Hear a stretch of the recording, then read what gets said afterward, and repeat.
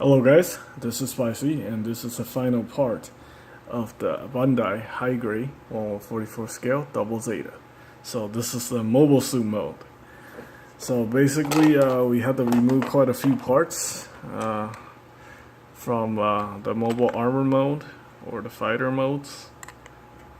Yeah, these are just parts I've not incorporated in the mobile suit mode. Also remove all the thrusters and some extra parts to put onto this thing.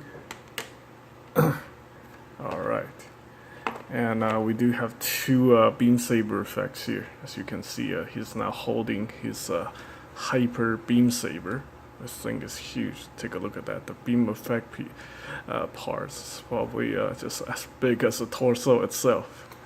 That's pretty crazy. The other beam sabers right here on the back. So he's holding on this very awesome weapon, hyper beam saber. We still have the core fighter. You know, like I said before, it's not part of the actual transformation. So it's just an extra piece. And then we got the trigger finger, which you can use with the beam rifle. Alright, this looks like we need to take this apart in order for it to wield the beam rifle. Double beam rifle. One on each side. Very nice.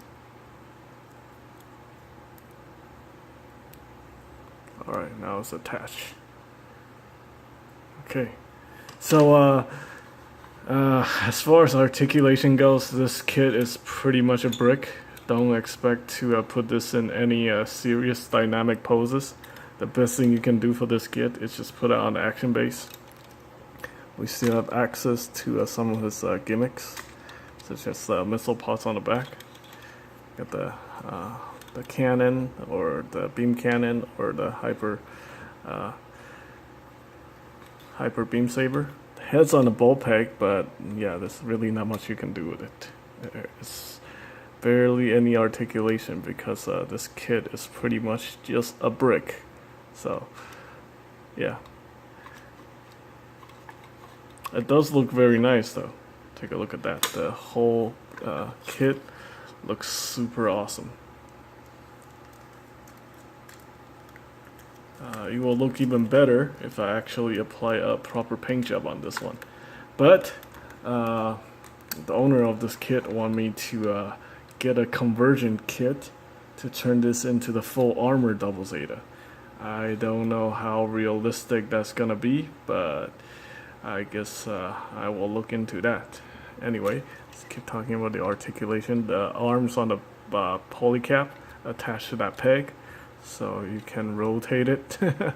You have all these armor bits that gets in the way, so there's really not much you can do. We have the bicep swivel right here. We got the elbow bend right here. Yeah. It's not a double joint, so just a single bend 90 degrees. A little bit greater than 90 degree. The hands on the ball joint attached to the polycap. And then we got these armor bits, which you can use as a shield. Yeah, these form the wings for the Tough Fighter, but yeah, you can do whatever you want with them.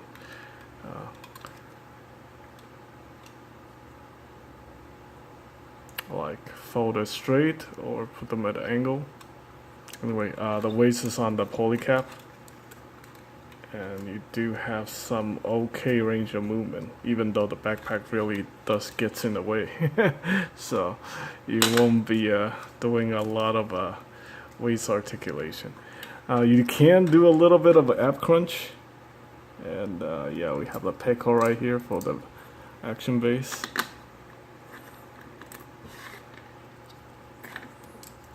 Can't lift off the front skirt, so you can lift the leg up a little bit. And surprisingly, we do have a thigh cut on this one.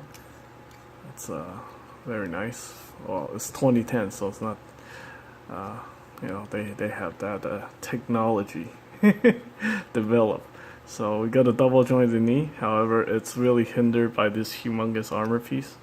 The legs on the ball joint attached to this polycap right there, so you can move it back and forth.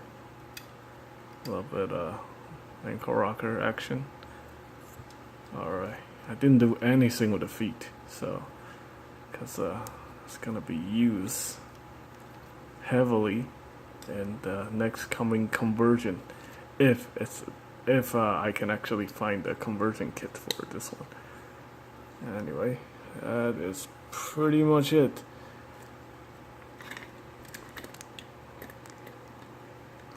Alright, let's see if he can actually wield his double beam saber. So let's go ahead and pop this off. Pop this whole hand off right there. There's a little peg right here, so you can attach the hyper beam saber to it. Seems I kind of forget about to mention that. Alright, and then we have the trigger finger. We have the he can wield it. It's not really that problematic. You do have to hold it at like an angle or something in order for him to actually use it.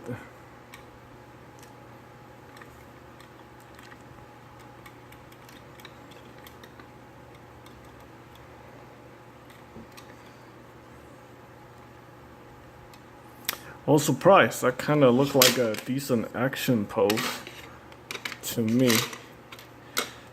This action base isn't really helping. I think they do recommend that you get like a master grade action base for this one, because the kit's actually kind of heavy. There's a lot of plastic here. Yeah, not bad. I was really skeptical about this kit, but now that actually building it and transforming it, I kind of like it.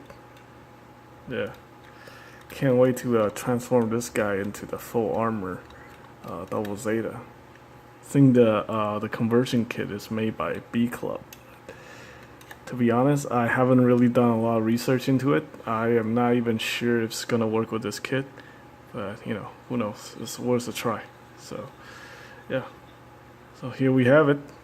The high grade 1144 scale double Zeta in mobile sumo. Very nice. Hope you guys find this information helpful. Thanks for watching.